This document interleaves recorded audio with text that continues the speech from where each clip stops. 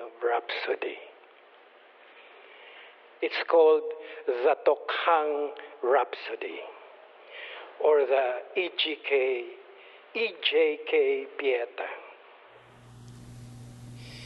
He was tired of the world that ignored his existence or denied him the simplest comfort except the love of a wife, the wide, adoring eyes of infant and toddler looking up at him, sharing his small blessings, and his huge, unceasing hunger.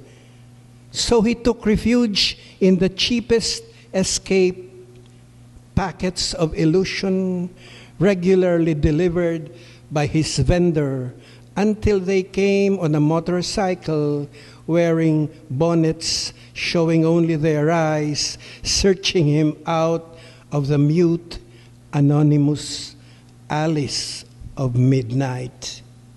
He did not have the strength to run. He was walking in a haze along the grimy sidewalks and fetid canals when they caught up with him at close range, the shots rang out, the neighborhood closed its windows, turned off their lights so they wouldn't be involved and could sleep in peace. When the shots rang out, the city had either closed its eyes or turned to its late chores. The wife was waiting to heat dinner if the husband came home from drinking or factory overtime. The bureaucrat was tipsy, driving from a party. The lawyer was preparing his brief. The doctor was doing his last scrub for the late night emergency. The midwife had brought in the last baby to suckle at its mother's breast.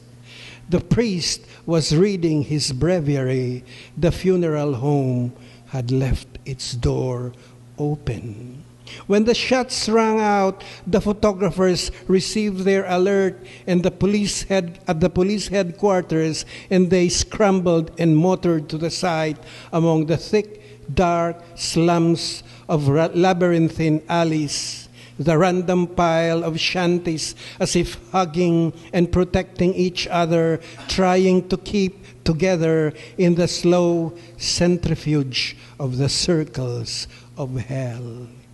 And when his wife found him slumped on the sidewalk, she took him in her arms and sat on the embankment, cradling his limp body. And the cameras flashed, and the picture formed a soiled version of the mother cradling a dead son in a chapel in Rome in immaculate marble, which was what the public saw in the morning, splashed out on the papers. And the police and believers of the drug war, and that poverty was the fault of the poor, mocked it as fake, proclaimed it staged, and the public half believed it, and the murders continued.